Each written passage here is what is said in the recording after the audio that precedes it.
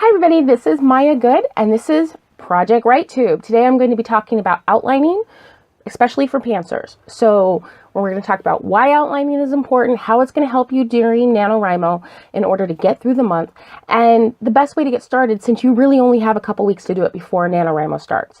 But before I get into that, I want to encourage you to look for hashtag Project Writetube on YouTube. A lot of different people in the AuthorTube community. A lot of those videos are really fun. They're very intricately filmed and interesting and creative. But for this video, it's going to be pretty much down to brass tacks because I have a lot of information I want to put into a tiny little video and I'm in the middle of nowhere. I'm currently in a 70 square foot micro tiny house in the middle of upstate New York. I'm surrounded by woods. You might hear animals. You might hear chopping wood in the background. So just ignore that. But the reason why this is important is because for NaNoWriMo, you're not going to be in this tiny cabin. You're probably going to be at home having to write around children, around chores, around jobs, around school. And in order for you to be able to wake up every morning and write quickly and efficiently, the best thing you can do is to know what you're going to write every single day before you sit down to do it. The best thing I found for that is outlining. Now, I started out as a pantser. I failed NaNoWriMo after NaNoWriMo pantsing, and it wasn't until I gave up and sat down and outlined a book that I actually finished NaNoWriMo. And there's a couple reasons for that. The first reason is decision making. Decision making is something us as human beings do all the time. We are really efficiently created in order to make decisions, but in today's environment, we make a lot of decisions to the point where we freeze up and we can't make decisions anymore. If you've ever had the experience of going to a hardware store to pick up a new toilet, or going to the grocery store because you need, a certain thing, or going to go buy a pair of pants, and you get into the store and you see this sea of pants, and you're like, I need one pair of pants, but there's so many pants. And you sit there in the aisle and you pick up your smartphone and you're scanning Amazon reviews trying to decide which pair of pants is the best pair of pants. And eventually you give up and you walk out without a pair of pants. The same thing happens with your writing. So what I'm going to have you do is what Costco does. If you walk into Costco, they have everything in Costco. They've got food, they've got furniture, they've got camping supplies, they've got office supplies. They got all this stuff in Costco. But if you'll notice, they only have 1 or 2 items of everything. When you walk into Costco to get a stapler, they don't have 5 to 10 staplers. They've got 1, maybe 2 staplers, like a regular standard stapler and maybe like a business stapler. If you walk in there to get, a couch, they maybe have 2 couches in Costco.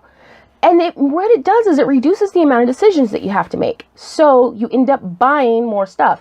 Costco's entire philosophy is built on, let's make the customer have to make fewer decisions, because once they get in decision overload, they don't buy anything. Well, same thing happens with your writing. When you get up in the morning to write in your book and you sit down to write, and your scene can go this way or that way or this way or that way, you have to make that decision before you can put a single word on the page. Now, usually the first couple days you can get away with, you start writing just to write because you're just so excited that NaNoWriMo's here. You're just typing and typing and typing, and then all of a sudden you get like 15,000 words and you come to a screeching halt and you get the soggy middle and you start writing random stuff that doesn't really work, and you get frustrated, and that's how you end up starting to get behind.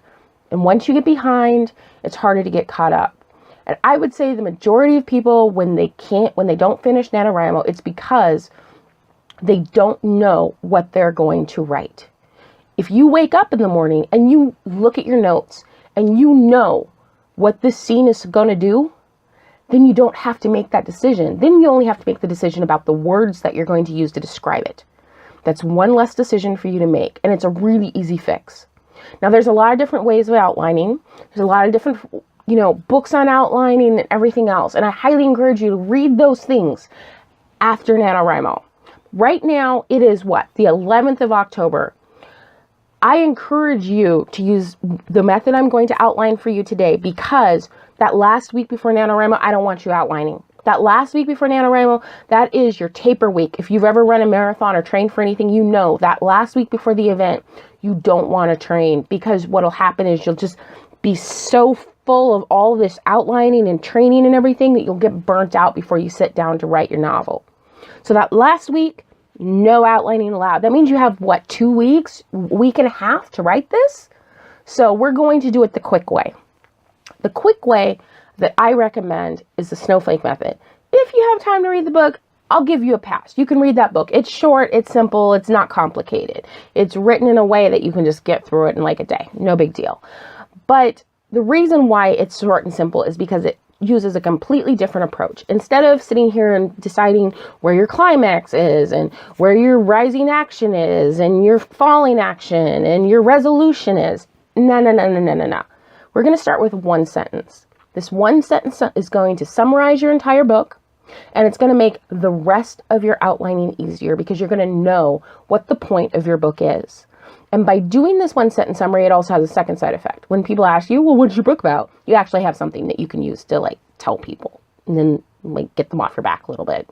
So what I'm going to recommend for you to do, the first thing you're going to do is just think about what you want to write. Stories are about people. And unless they're about dogs, like, okay, we can do a little, book about dogs. That's fine. But essentially, your dog is a person for the sake of this exercise. You need to have a person, and you need to think, what does your person want? And what is standing in their way? You also need to know your genre. Now, if you're like most people you're like, I'm going to write a romance book, or I'm going to write a science fiction book. But if you don't know, pick one that you like, that you know a little bit about, or just pick one. And what you're going to do for this one sentence summary is you're going to say, this book is a romance book about so-and-so who wants something and she has to overcome something else to get it. That is your one sentence summary. Now, it doesn't have to be perfect. You can do it in an hour. You can do it in 2 hours. It's probably going to change as you do the rest of your outlining. I always go back at the end and redo my one sentence summary, because as I'm working out the rest of the summary, the story it kind of evolves organically. So instead of having to sit here with a gazillion sticky notes and doing all this mathematical way of figuring out story structure, what you're doing is you're taking this one sentence summary and you're growing from that.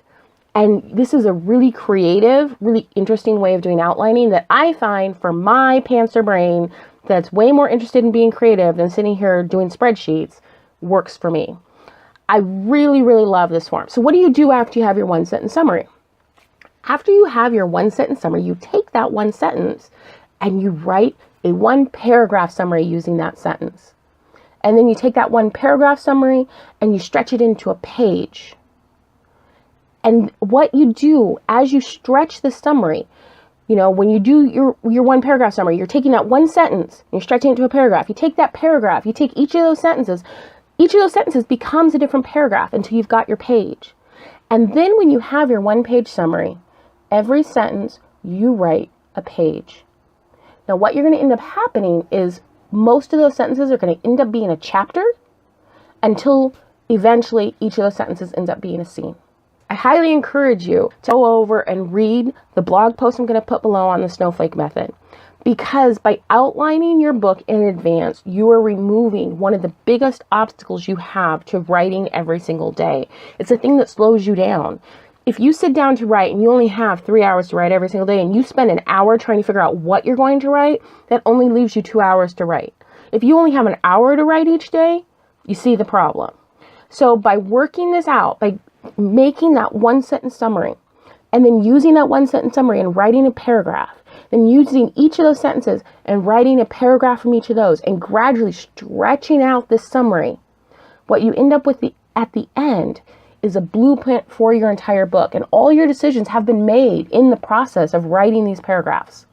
This is a really, really quick and easy summary of what I do. There's a lot of different outlining methods out there. If you're more familiar with a different method, use it. This is not the time to be all like, I'm just going to write willy-nilly, because trust me, every time I've done that, either I don't finish, or if I do finish, it's a mess at the end.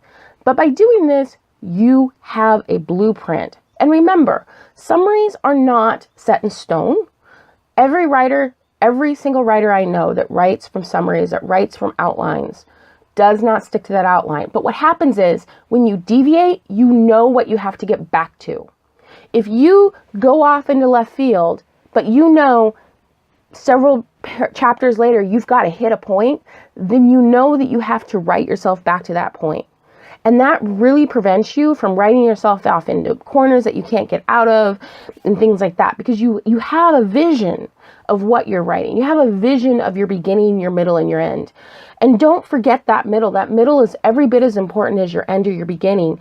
If you know what your beginning is and you know what your end is and you have no idea what that middle is, that middle can get really messy and really fuzzy very, very quickly.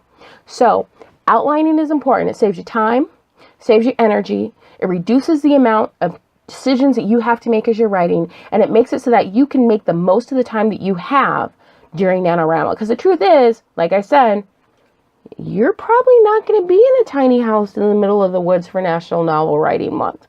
So outlining is probably going to be your biggest friend. Ciao.